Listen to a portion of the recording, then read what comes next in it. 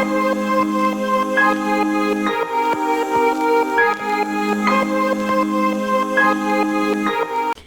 welcome. I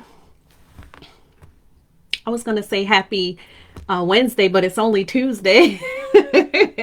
Happy Tuesday. So for those of you who are new to me, I am Terrell PA. I am a motivational business strategist and writing coach, and I help purpose-driven entrepreneurs create a signature service, build out your whole life around your book with my two programs, Dream the Driven, the Writer's Concierge Blueprint. I am also the host of the TT Street Show podcast, which is streaming live on Roku on demand at KTV, or you can listen to it on iTunes and all your other media outlets. I'm also the author of My Broken Stiletto, A Woman's Guide to Up-Leveling Your Faith, Finances, and Fashion. And yes, I like to group words because I like words, in case you haven't noticed. But today, I wanted to come in and talk about the number one dream killer. Yes, the number one dream killer, okay? And the reason why I wanted to talk about the number one dream killer is because yesterday, I did a kind of like a behind the scenes, up close and personal. I don't want to say like an interview because it was really impromptu. It was a impromptu behind the scenes introduction. I will say introduction, like an introduction with one of my clients. And we were talking about her book because it just dropped. And we were talking about her journey and the process and all of those wonderful things. And, you know, as I was working through the questions, you know, we were talking. It was a very casual conversation. But one of the things that came up was, you know, I asked her, I said, you know, what was the hardest thing for you to get your book done, right? And, you know, she was very candid, very open. You know, one thing I like to do with my clients is I like to highlight them. So if you know, are someone who's working closely with me, you will get to be on my podcast. You get to come on my platforms. You know, I highlight your work, and, you know, we don't rehearse. Like, I don't rehearse, or I want it to be as candid and as organic as possible, because I feel like I don't want anything to come off as like planned. I want it to be organic, right? And so one of the questions, like I said, I asked was, you know, what was the hardest thing for you, you know, to get your book done? And what was that journey like for you, you know? And she was very candid, you know, and one of the things she said was that, you know, she struggled with, you know, how to tell her story because there was still certain parts of it that was painful, right? And I could relate to that because when I was writing my book, you know, there was parts of my book that was painful, and I had to decide what to keep and what to omit, right? And so, you know, I think that comes with knowing where you are in the process in terms of how much you want to reveal, but also how have you worked through your story, right? Because we all have our own unique story, and no one's journey is going to look the same, right? So with that being said, you know, one of the other things that we talked about yesterday was that she said, you know, she had her story inside of her for a very long time, right? And so, you know, as I was thinking about that, it had me thinking about, you know, like the number one thing that always kills dreams, you know, and I was thinking really, really like back, like when I even had this issue as well, right? And so, you know, a lot of times people think like, and, you know, even at one point I thought it was fear, but it's not fear. Like, fear is not the number one dream killer. So I'm curious to know, like, if you're watching this on a replay, drop in the comment section, what do you think the number one dream killer is? And I'm telling you right now, it's not fear. It is not fear. I used to think it was fear. I used to be like, yeah, it's probably fear, But that's not even the number one dream killer. Like, that's not the thing that stops people in their tracks from moving forward. Okay. So I want you to drop it in the comment section. What do you think it is? If you're watching this on a replay, say hey, let me know you're watching. Where are you in the world? I'm in New Jersey. Yeah, so let me know where are you in the world and what is the number one dream killer that you think it is. Okay, I'll give you a couple of seconds, okay, to type it in. And as you're typing, I want you to think about, like, is there anything for you that has stopped you from living your best life? Like, is there anything that's holding you back from stepping into who you want to be this year in 2021? Okay, I want you to think about that. So the number one, dream killer thing that is out there is, you ready? Self-sabotage. Yes, self-sabotage. Yes, yes, yes, yes, yes. Now, self-sabotage can come in many forms. That's why I said fear is not the number one thing. I think self-sabotage is number one, because all of those other things fall underneath self-sabotage, right? So when you're talking about fear, when you're talking about limiting beliefs, right? The things that are in you, the things that you may not even know is hidden in your subconscious, right? Those things, right? All of these things come in the form of distractions, right? And so a lot of times when you are going after your dream, and I know even with me, back when I was in this mindset of, wavering back and forth, like, should I give it a shot? But I don't know all of the, parts to move forward, right? A lot of times, self-sabotage can come out in a lot of different ways, right? And so, of course, the ones that are obvious is like fear. And I don't even think it's really the fear of failure. Like, fear of failure is probably the one that is, I would say that's like the small one. I think the big one, because this was the one that was for me for a very long time, is the fear of success. Like, the fear of success, because the fear of success comes with a ton of other well, how can I phrase this? It comes with a lot of, like, I can't even say this word. I was going to say ammunition. I can never say this word, so now I got to think of another word. But it comes with, like, a lot of different steps, right?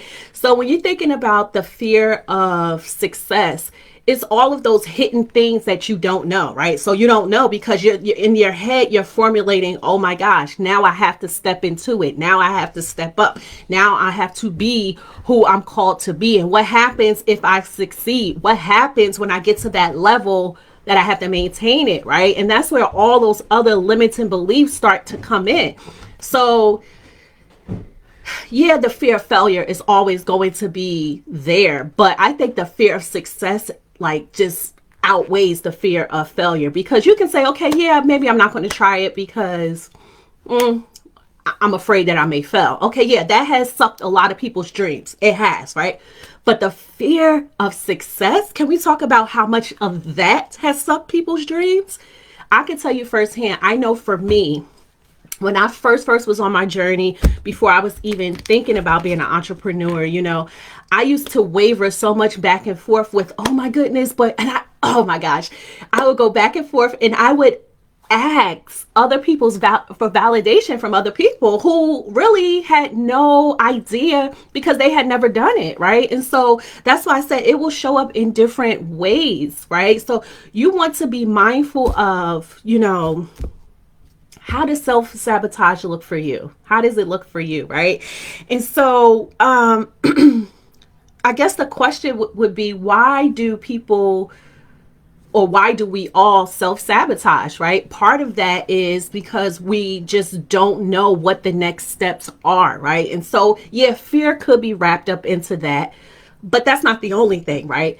It can also be that you just don't know the path to get to where you want to be and where you want to go, right? And I know that was a key player for me when I was coming out of corporate. Like, I have a wealth of knowledge, but when you're stepping into something else that's unknown and you don't have a clear roadmap, right? Yeah, then things start to look a little bit fuzzy. It looks a little bit scary, right? And so, yeah, you will do some self-sabotaging, and it can look something like this, right?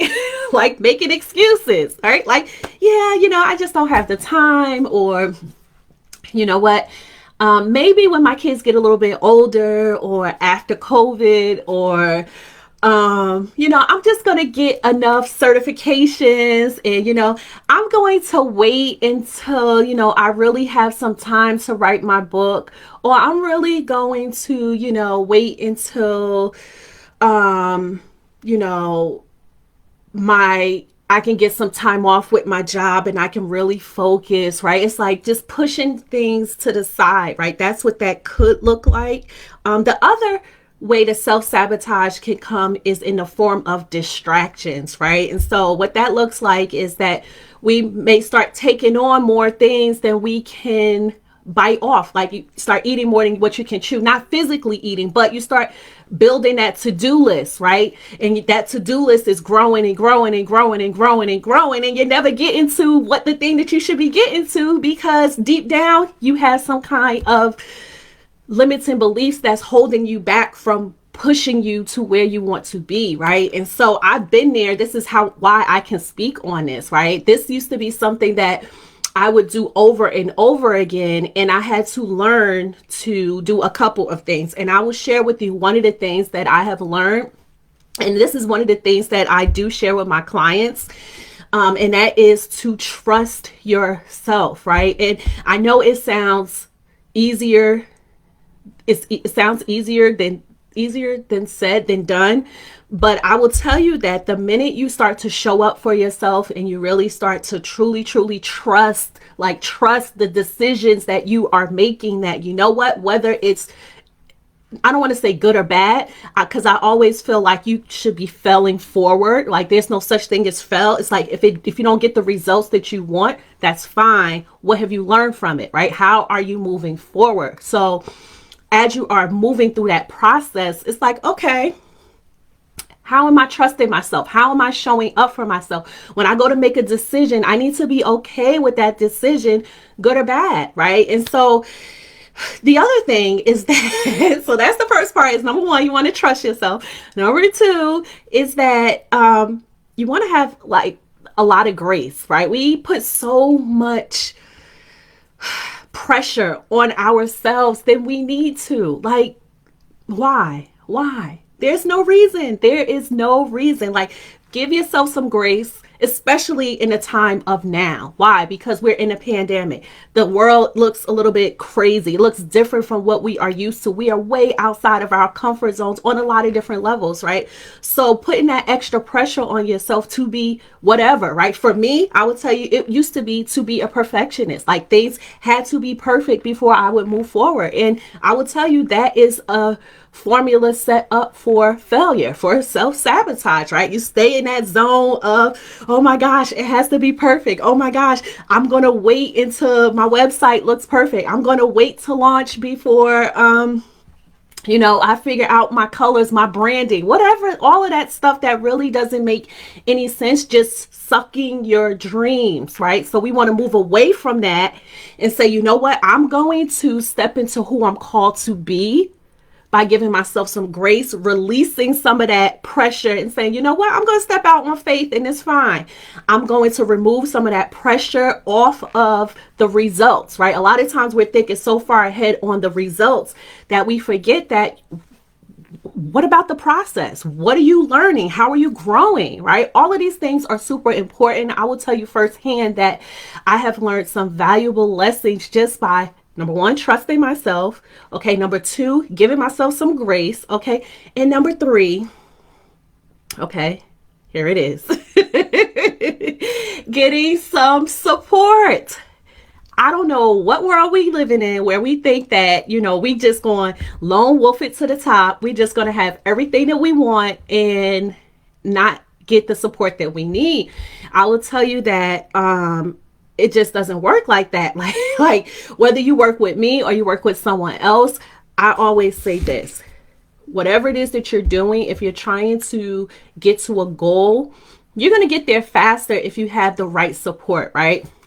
Now, this used to be very hard for me. This is why I'm talking about these topics. I know it's not always easy, but I will tell you firsthand that number one, I'm a Virgo, which means that I like to analyze, I think, okay, and I like to be in control, okay? So this means that I like to figure it out. I'm an analyzer. I like to figure it out for myself first before I even delegate to someone else. That could be good or bad, depending on how you look at it, right? What I've learned is that when you are trying to build a business, when you're trying to go after your dreams in a big way, make a bigger impact, and do the things that you love, you want to build a team, right? You want to have a support team.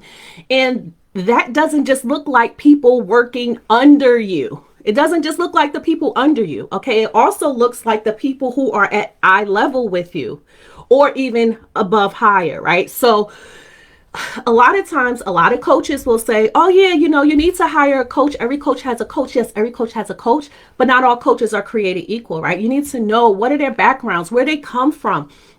You know, I will tell you that I vet my people very well. And you can be a new coach. That's fine. We all start from somewhere.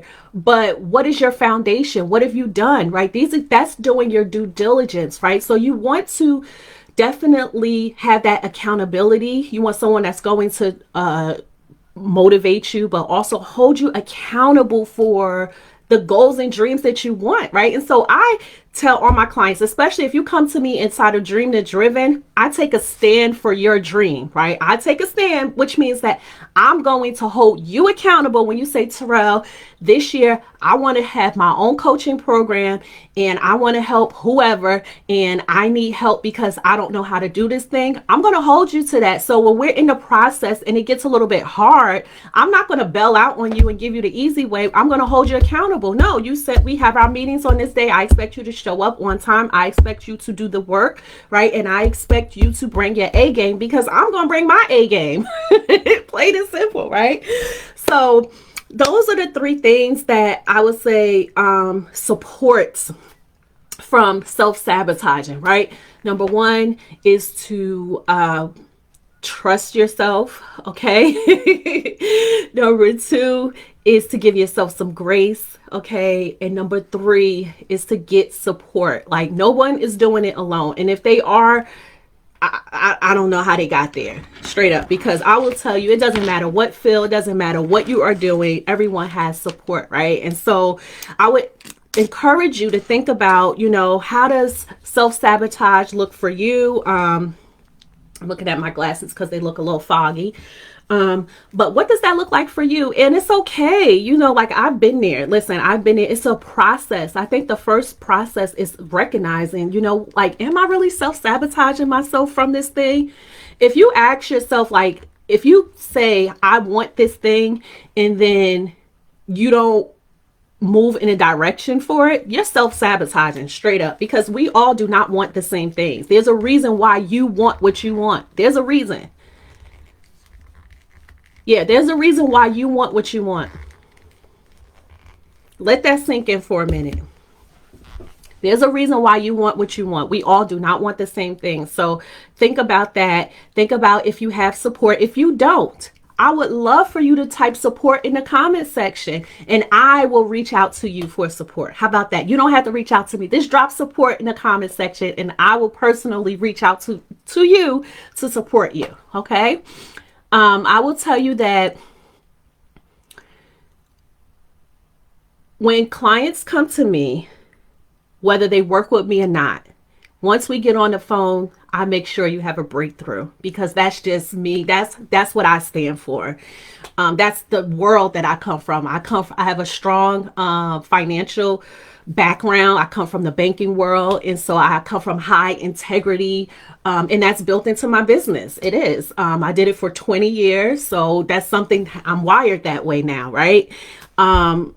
Yeah, and so listen, I would say if you need support around this, drop it in the comments section and I will personally reach out to you, and we can talk about what are some of the things that are holding you back. What are some of the things that you want to do, and let's make a plan. Let's do it. Let's do it. Okay. No more self sabotaging. We don't have time to self sabotage. We have lives and dreams and people's lives to change and dreams to hit, goals to hit, right? So it's time. It is time. It is time. So I hope this was impactful for you. If it is, drop what was your biggest takeaway from this live stream. Drop it in the comment section. I'm here every Tuesday. I'm still working out the times. I used to do it at 10. Now I'm moving it to like around 12, 12:30. We will see. Put on the notifications so that when I'm live, you will know when I'm live. That's a better way to do it. I'm still testing out the times. It's either going to be 10, 12, or 7 p.m. I'm thinking I'm liking the 12, 12:30 spot right now. So we'll see. But every Tuesday I will be here. Yeah, like I said, if you want this year to be your best year, I would highly recommend that you type support in the comment section. I will reach out to you personally and we can talk about how to get you to the finish line so that you're not self-sabotaging, so that you are living the best life that you want to live, and that you are moving in the right direction with the right support. Okay, so that is it. I hope this was impactful for you. And that's it. Have a good day, and I will see you all next week. Bye.